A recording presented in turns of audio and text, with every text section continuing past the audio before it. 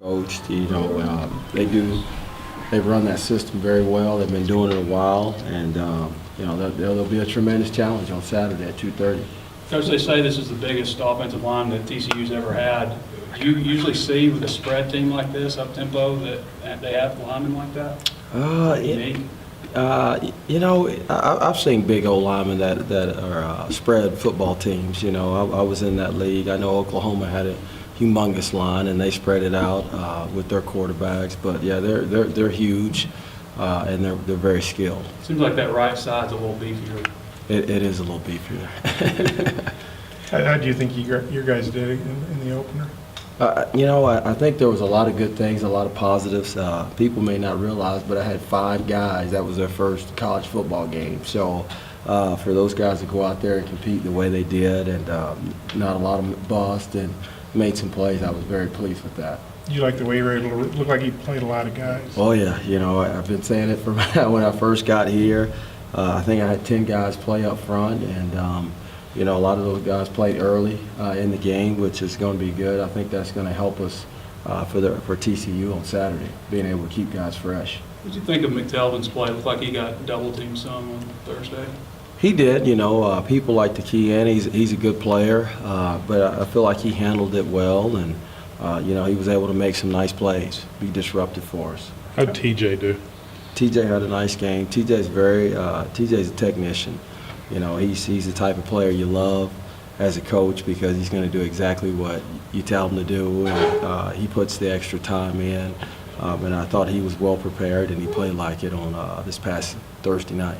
How much of a concern is it with your two deep, mostly a lot of younger players, redshirt freshmen, sophomores going against 4 seniors?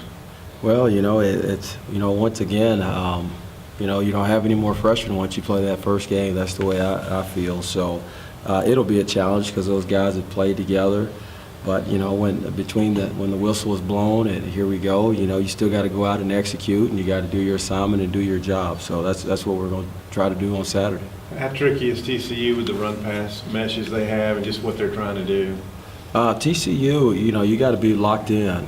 They're the same TCU offensively that I remember that we played when I was at Tech, and they do present some unique challenges with how they try to stretch your perimeter defense, and they give you a lot of flash where that can distract your eyes from what's really happening. So we got to do a great job of being locked in with our keys and playing fundamental football. Kenny Hill, he's the kind of guy who can throw for 350 and run for 100+. And I think last year against Arkansas, he did about what he did. How big a challenge is he, trying to contain him and not let him, run free? He'll be a tremendous challenge. He, if you look at the past quarterbacks that they've had at TCU, all of them are kind of in that mold. I think Boykin was in that mold too. I remember him, but he presents a unique challenge. You got to find a way to try to contain him. He can also run the football, and he can throw it on a dime too. So be one of these weeks where you don't get a lot of sleep as a defensive line coach. Do you try and just keep him in the pocket then, or what your approach? You got to try different things with him. Try to find a way to get him off balance because, like I said, he can beat you with his arm and beat you with his feet. So you try to disrupt him a little bit. Hicks ran for a couple touchdowns against Arkansas last year and caught several passes, but didn't play. Y'all expecting to see him this Saturday, and what do you think of him? I would anticipate so. I think he's a very, very talented football player, obviously.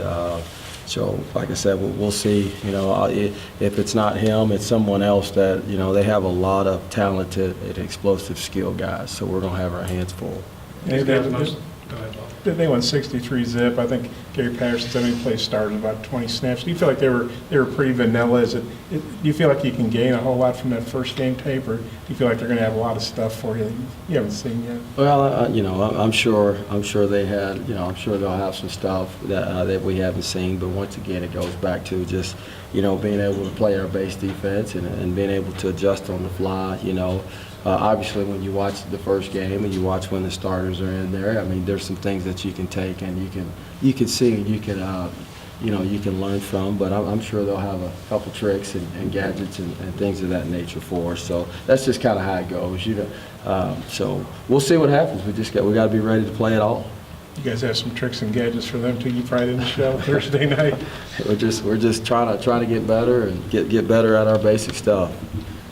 You got Dion Malone wearing 99 now, the decision to move him over there. Where does he fit in?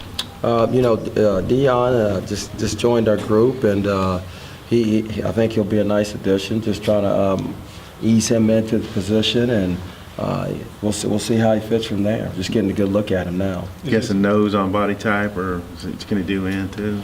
I think he can do a little bit of both. So we'll see as we continue to go along, kind of what we see as his best position over there, and or nose. But right now, he's just kind of working them both. How'd you feel like your nose guard? I guess you played all three, right? How'd you feel like those guys did as a group? You know, it's kind of what I expected. I felt like all three brought different things to the table. And, I like what I saw out of B. John on some plays, and I like what I see out of Caps. And Dylan Hayes comes in, and he's like the Energizer Bunny when he comes in there. He brings a different thing to the table. So I think the combination of all three, I think we can get what we're looking for.